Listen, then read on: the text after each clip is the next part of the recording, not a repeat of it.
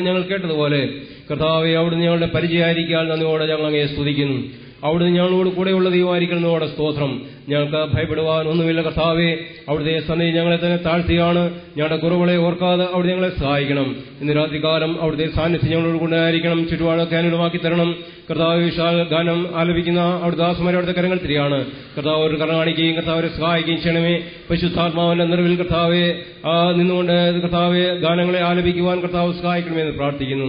അനേകർ കേൾക്കുവാൻ കേട്ട് കർത്താവിനെ മഹത്വപ്പെടുത്തുവാനും കർത്താവിൽ സന്തോഷിപ്പാനോട് ഇടയാക്കണമെന്ന് പ്രാർത്ഥിക്കുന്നു.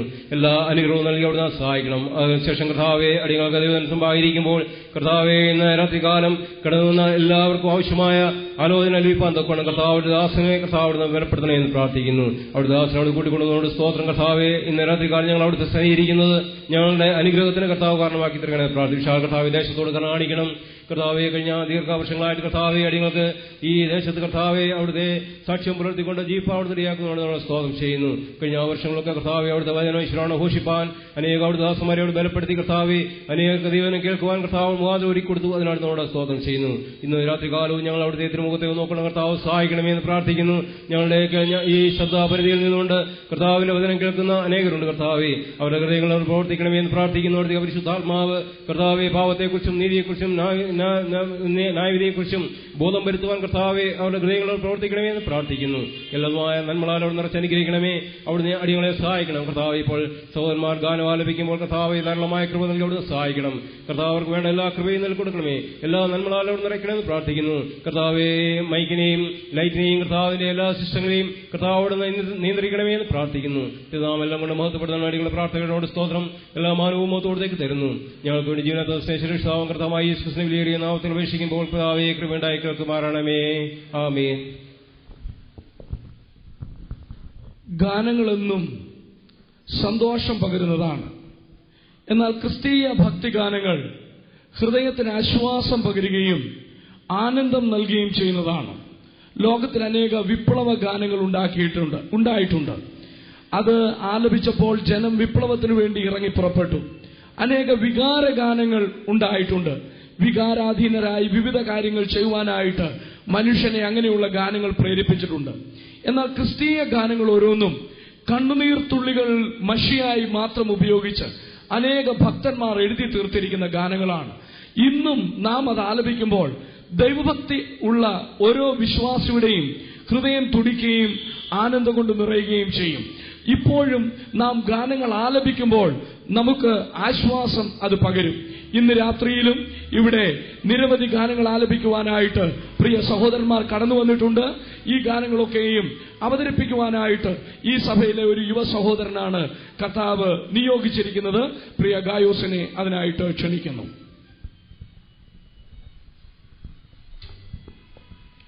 ദൈവം മഹത്വപ്പെടുവാനാവട്ടെ. ക്രിസ്തീയ ഗാനങ്ങളെക്കുറിച്ച് നല്ലൊരു ആമുഖമാണ് സൈശാൻ പറഞ്ഞത്. ആദ്യത്തെ പാട്ടെന്ന് പറയുന്നത് പരിശുദ്ധൻ മഹോന്നത ദൈവം എന്നുള്ളതാണ്. നമുക്കറിയാം, ഈ ലോകത്തിൽ പരിശുദ്ധൻ എന്ന് വിളിക്കുന്ന അല്ലെങ്കിൽ പരിശുദ്ധന്മാരെന്ന് അറിയപ്പെടുന്ന അനേക ആളുകളുണ്ട്. നമുക്കറിയാവുന്നൊരു സത്യമാണ്, ഇവരൊന്നും പരിശുദ്ധന്മാരായിട്ട് ജനിച്ചവരല്ല. എന്നാലോ ഇവർ മരിച്ചു കഴിഞ്ഞതിന് ശേഷം ഇവരായിരുന്ന സമൂഹത്തിൽ അല്ലെങ്കിൽ ഇവരായിരുന്ന സമൂഹം അവരെ പരിശുദ്ധന്മാരെന്ന് വിളിച്ചവരാണ്. നമുക്ക് വേദപുസ്തകത്തിൽ കാണുവാൻ സാധിക്കുന്നത് എല്ലാ മനുഷ്യരും പാപികളാണ്, ഒരുവൻ പോലും നീതിമാനല്ല. അപ്പോൾ ഒരു മനുഷ്യൻ പോലും പരിശുദ്ധനല്ല. പിന്നീട് നമുക്ക് കാണുവാൻ സാധിക്കുന്നത് ഈ ലോകത്തിൽ പരിശുദ്ധനായി ജനിച്ച് പരിശുദ്ധനായി ജീവിച്ച് പരിശുദ്ധനായി മരിച്ച് പരിശുദ്ധനായിട്ട് ഉയർത്തെഴുന്നേറ്റ് ഇന്നും ജീവിക്കുന്ന ഒരേ ഒരു വ്യക്തിയേ ഉള്ളൂ. അതാണ് നമ്മുടെ കർത്താവായ യേശുക്രിസ്തു. അവൻ മഹാപരിശുദ്ധനായ ദൈവമാണ്. അവൻ മഹോന്നതനായ ദൈവമാണ്. നമ്മൾ ഓരോരുത്തരും ആ കർത്താവായ യേശുക്രിസ്തുവിൽ കൂടെ നമ്മളും പരിശുദ്ധന്മാരായി തീരും. എങ്ങനെയാണ്? ആ കർത്താവായ യേശുക്രിസ്തു നമുക്ക് വേണ്ടി മരിച്ചതുകൊണ്ട് നമ്മുടെ പാവങ്ങൾ അവനിൽ ഏറ്റുപറഞ്ഞാൽ നമ്മൾ ഓരോരുത്തരും അവനിൽ കൂടെ നമുക്ക് പരിശുദ്ധന്മാരായി തീരും. പിന്നീട് ഏറ്റവും സന്തോഷകരമായുള്ള ഒരു വസ്തുതയാണ്, കർത്താവായ യേശുക്രിസ്തു നമ്മളെ ഓരോരുത്തരെയും ചേർക്കുവാനായിട്ട് വരും. ആ നാളിൽ നമ്മളെല്ലാവരും, അവന്റെ മക്കളായ നാം എല്ലാവരും ആ കർത്താവിനോടുകൂടെ നാം ചേർക്കപ്പെടും. അങ്ങനെയുള്ള ഒരു ഗാനമാണ് അടുത്തതായി കേൾക്കാൻ പോകുന്നത്, പരിശുദ്ധൻ മഹോന്നതൻ ദേവൻ. ഈ ഗാനം ആലപിക്കുന്നത് ബ്രദർ ഉണ്ണി തോബിയാസും അതുപോലെ തന്നെ ബ്രദർ ഷിയുമാണ്.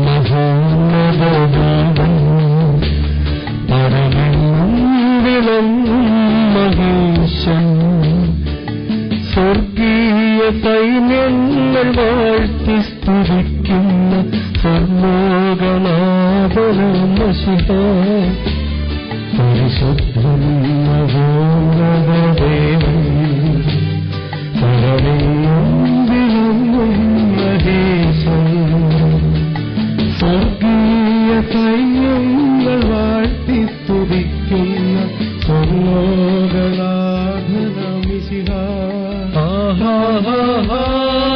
ഹല്ലേലൂയ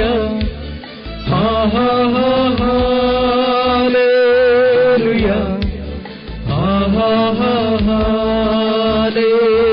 ഹല്ലേലൂയ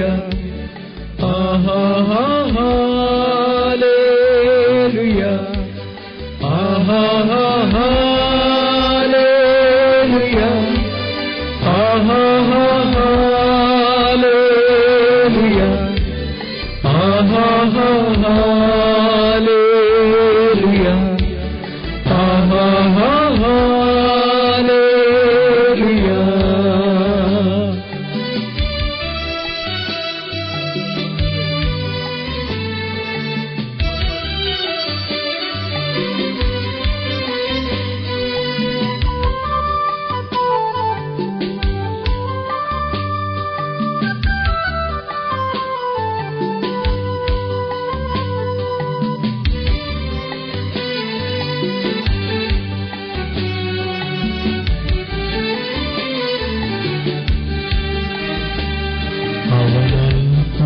മന്ത്രിയാം ദൈവം നിത്യസാധനം വീരനാം ദൈവം ഉന്നതദേവൻ നീതിയും സൂര്യൻ രാജാധിരാജനം മശിഹ. അവനത്ഭുതമന്ത്രിയാം ദൈവം നിത്യസാധനം വീരനാം ദൈവം ഉന്നതദേവൻ നീതിയും സൂര്യൻ രാജാധിരാജനമിശിഹ.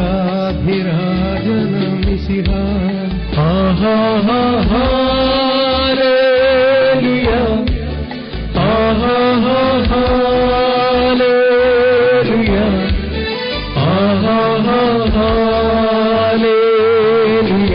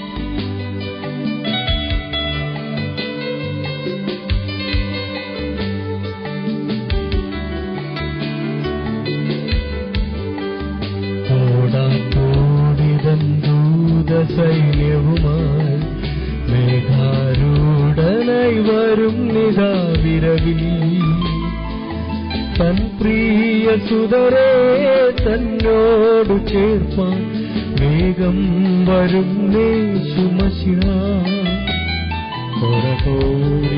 ദൂത സൈന്യവുമായി മേഘാരൂഢനായി വരും നിതാവിരവിൽ തൻ പ്രിയ സുതരെ തന്നോടു ചേർപ്പാൻ വേഗം വരും യേശുമിശിഹ. ഹല്ലേലൂയ ഹല്ലേലൂയ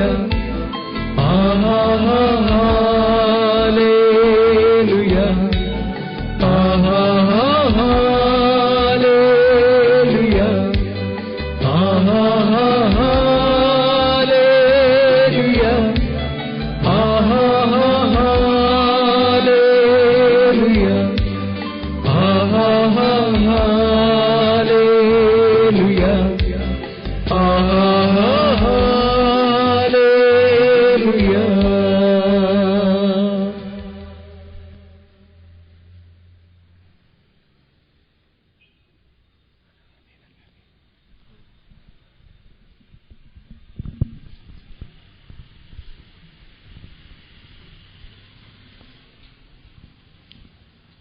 നമ്മളെ കരുതുവാൻ അനേകരുണ്ട്. നമ്മുടെ മാതാപിതാക്കന്മാർ, ബന്ധുമിത്രാദികൾ, അങ്ങനെ അനേകർ നമ്മളെ കരുതുവാനുണ്ട്. എന്നാൽ ആ കരുതലിനെല്ലാം ഒരു പരിധിയുണ്ട് എന്നുള്ള വാസ്തവം നമുക്ക് അറിയാവുന്നതാണ്. നാം തിരിഞ്ഞു നോക്കുകയാണെങ്കിൽ ഇസ്രായേലിന്റെ 40 വർഷത്തെ മരുഭൂമി യാത്രയിലേക്ക് നാം നോക്കുകയാണെങ്കിൽ അവിടെ അവരെ കരുതിയ ഒരു ദൈവത്തെ നമുക്ക് കാണുവാൻ സാധിക്കും. അവർ വിശന്നപ്പോൾ അവർക്ക് മന്ന കൊടുത്ത് അവരെ പോഷിപ്പിച്ച ദൈവം, അവർ ദാഹിച്ചപ്പോൾ അവർക്ക് പാറയിൽ നിന്ന് വെള്ളം കൊടുത്ത് അവരുടെ ദാഹം മാറ്റിയ ദൈവം, അവരുടെ ശത്രുക്കൾ അവരുടെ പിന്നിൽ വന്നപ്പോൾ ചെങ്കടൽ പിളർന്ന് അവരെ നടത്തിയ ദൈവം, അങ്ങനെ ആ ഒരു കരുതിയ ദൈവത്തെക്കുറിച്ച് നമുക്ക് കാണുവാൻ സാധിക്കും. പുതിയ നിയമത്തിലേക്ക് നാം വരികയാണെങ്കിൽ നമുക്ക് കാണുവാൻ സാധിക്കുന്നത് 5 അപ്പത്തെ കൊണ്ട് 5000 പോഷിപ്പിച്ച ദൈവം. അങ്ങനെ ആ വലിയവനായ ദൈവത്തെ നമുക്ക് കരുതുന്ന ഒരു ദൈവത്തെ നമുക്ക് കാണുവാൻ സാധിക്കും. ഇന്നും ആ കരുതുന്ന ദൈവം നമുക്കായി ഉണ്ട്. ആ വലിയവനായ ദൈവത്തിന്റെ കരുതൽ ഓരോ പ്രാവശ്യവും നമ്മൾ രുചിച്ചറിഞ്ഞവരാണ്. ആ അർത്ഥം വരുന്ന ഒരു ഗാനമാണ് അടുത്തതായി കേൾക്കുവാൻ പോകുന്നത്. എനിക്കായി കരുതുന്നവൻ എന്നൊരു ഗാനം ആലപിക്കുന്നത് ബ്രദർ ഷാജു.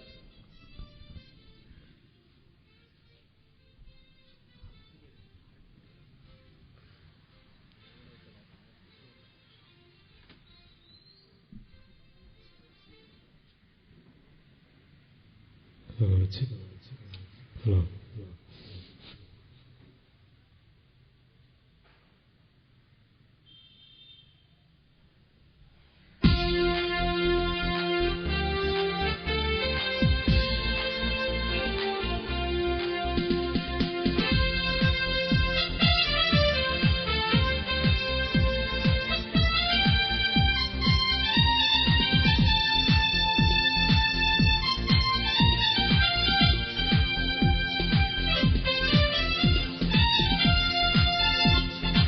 എനിക്കായി കരുതുന്നവൻ, ഭാരങ്ങൾ വഹിക്കുന്നവൻ, എനിക്കായി കരുതുന്നവൻ, ഭാരങ്ങൾ വഹിക്കുന്നവൻ, എന്നെ കൈവിടാത്തവൻ, യേശുവൻ കൂടെയുണ്ട്. എന്നെ കൈവിടാത്തവൻ, യേശുവൻ കൂടെയുണ്ട്. പരീക്ഷ എന്റെ ദൈവം അനുവദിച്ചാൽ പരിഹാരം എനിക്കായി കരുതിയിട്ടുണ്ട്. പരീക്ഷ എന്റെ ദൈവം അനുവദിച്ചാൽ പരിഹാരം എനിക്കായി കരുതിയിട്ടുണ്ട്. എന്തിനെന്ന് ചോദിക്കില്ല ഞാൻ, എന്റെ നന്മയ്ക്കായിട്ടറിയുന്നു ഞാൻ. എന്തിനെന്നു ചോദിക്കില്ല ഞാൻ, എന്റെ നന്മയ്ക്കായെന്നറിയുന്നു ഞാൻ.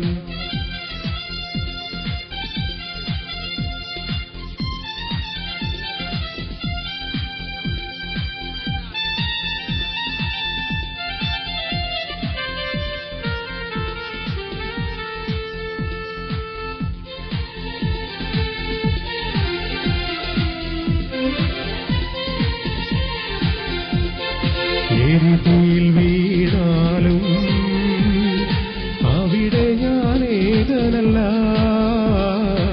എരിതീയിൽ വീണാലും അവിടെ ഞാൻ ഏകനല്ല. വീഴുന്നതു തീയിലല്ല, യേശുവിൻ കരങ്ങളിലാ. വീഴുന്നതു തീയിലല്ല, യേശുവിൻ കരങ്ങളിലാ. പരീക്ഷ എന്റെ ദൈവം അനുവദിച്ചാൽ പരിഹാരം എനിക്കായി കരുതിയിട്ടുണ്ട്. പരീക്ഷ എന്റെ ദൈവം അനുവദിച്ചാൽ പരിഹാരം എനിക്കായി കരുതിയിട്ടുണ്ട്. എന്തിനെന്നു ചോദിക്കില്ല ഞാൻ, എന്റെ നന്മയ്ക്കായെന്നറിയുന്നു ഞാൻ. എന്തിനെന്നു ചോദിക്കില്ല ഞാൻ, എന്റെ നന്മയ്ക്കായെന്നറിയുന്നു ഞാൻ.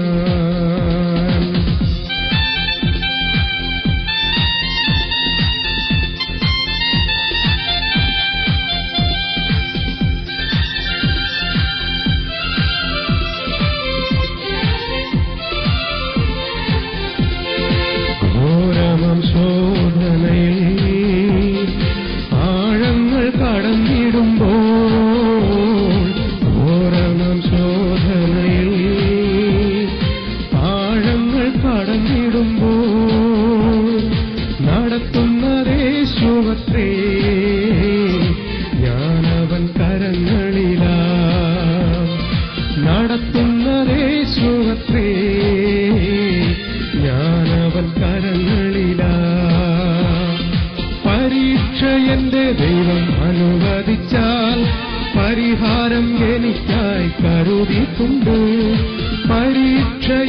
ദൈവം അനുവദിച്ചാൽ പരിഹാരം എനിക്കായി കരുതിയിട്ടുണ്ട്. എന്തിനെന്നു ചോദിക്കില്ല ഞാൻ, എന്റെ നന്മയ്ക്കായെന്നറിയുന്നു ഞാൻ. എന്തിനെന്നു ചോദിക്കില്ല ഞാൻ, എന്റെ നന്മയ്ക്കായെന്നറിയുന്നു ഞാൻ. എന്തിനെന്നു ചോദിക്കില്ല ഞാൻ, എന്റെ നന്മയ്ക്കായെന്നറിയുന്നു ഞാൻ.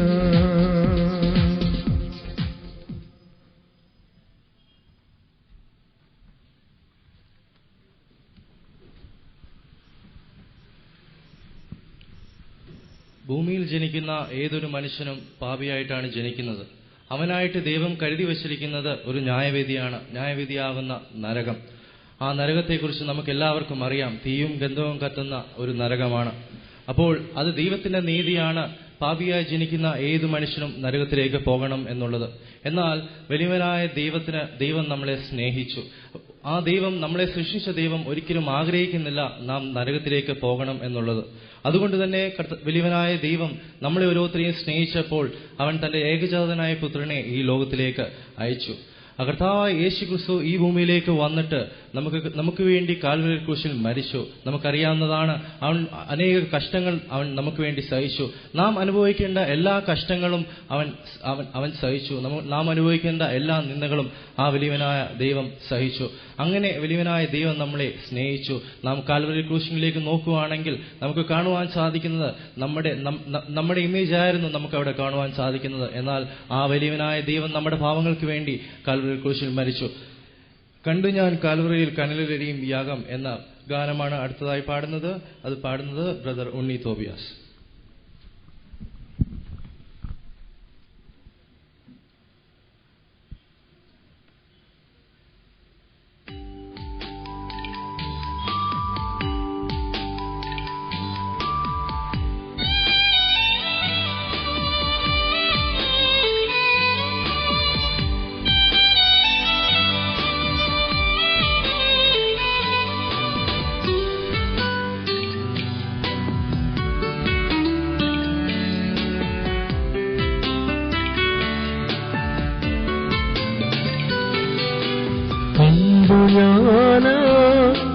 കാൽവരിയിൽ കനലിലെരിയും യാഗം കേട്ടു ഞാൻ. കാൽവരിയിൽ സ്നേഹസാന്ത്വനരാഗം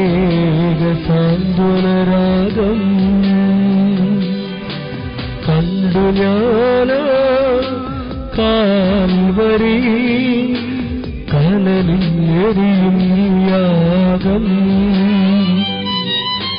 കേട്ടു ഞാൻ. കാൽവരിയിൽ സ്നേഹസാന്ത്വനരാഗം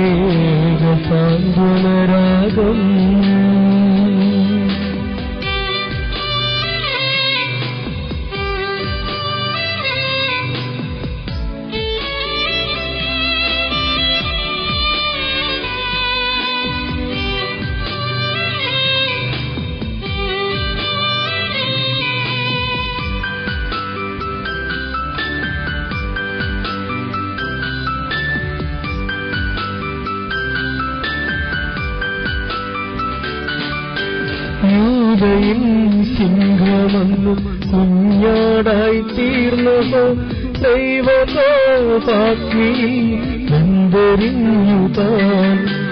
യൂദയിൽ സിംഹമെന്നും കുഞ്ഞാടായി തീർന്നതോ ദൈവകോപാഗ്നിയിൽ വെന്തെരിഞ്ഞുതാൻ. കണ്ടു ഞാൻ കാൽവരിയിൽ കനലിലെരിയും യാഗം കേട്ടു ഞാൻ. കാൽവരിയിൽ കനലിലെരിയും യാഗം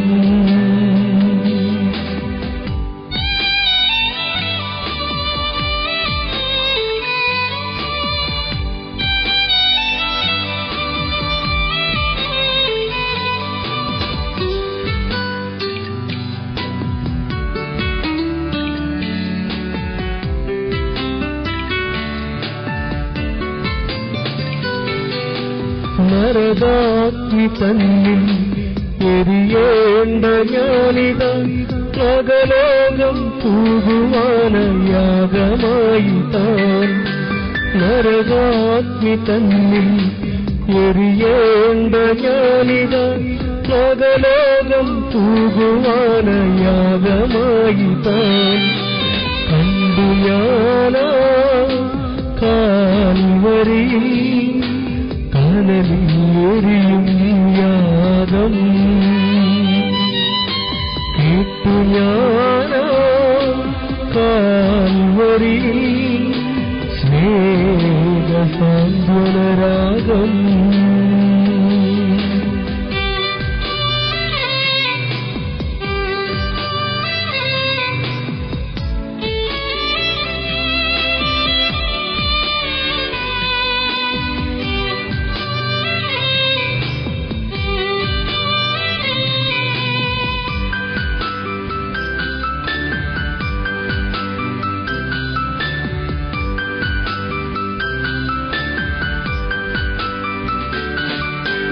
പാപഭാരം നീങ്ങി ഞാൻ വാഴും ഈ ഭൂമിയിൽ പരമരാജാനിൻ സമ്പൂർണയാഗത്താൽ.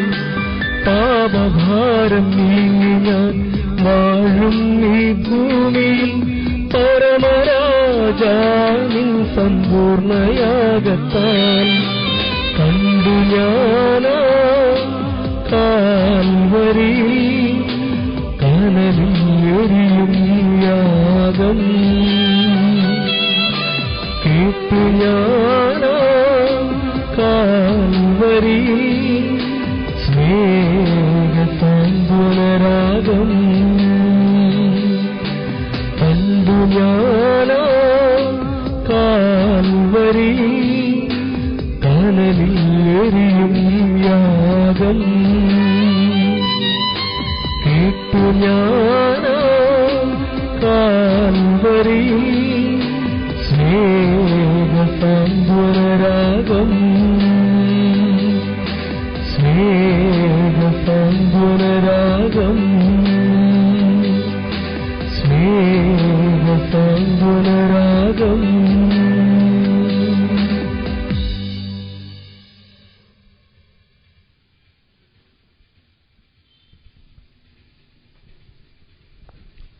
ഈ ലോകത്തിൽ മധുരം തരുന്ന അനേക വസ്തുക്കളുണ്ട്.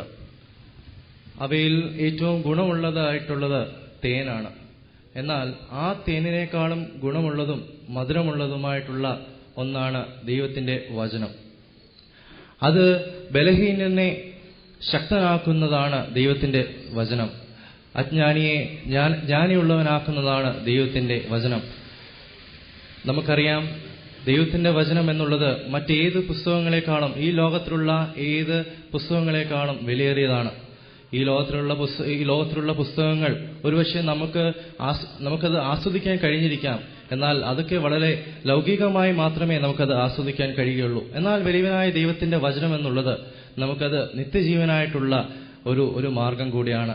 നമ്മൾ ദുഃഖിച്ചിരിക്കുമ്പോൾ നമുക്ക് ആശ്വാസം ലഭിക്കുന്ന ഒരു വസ്തുതയാണ് ദൈവത്തിന്റെ വചനം. തേനിലും മധുരം വേദമല്ലാതി തേന്തുണ്ട് ചൊൽത്തോഴ. ഈ ഗാനം ആലപിക്കുന്നു ബ്രദർ ഷാജു.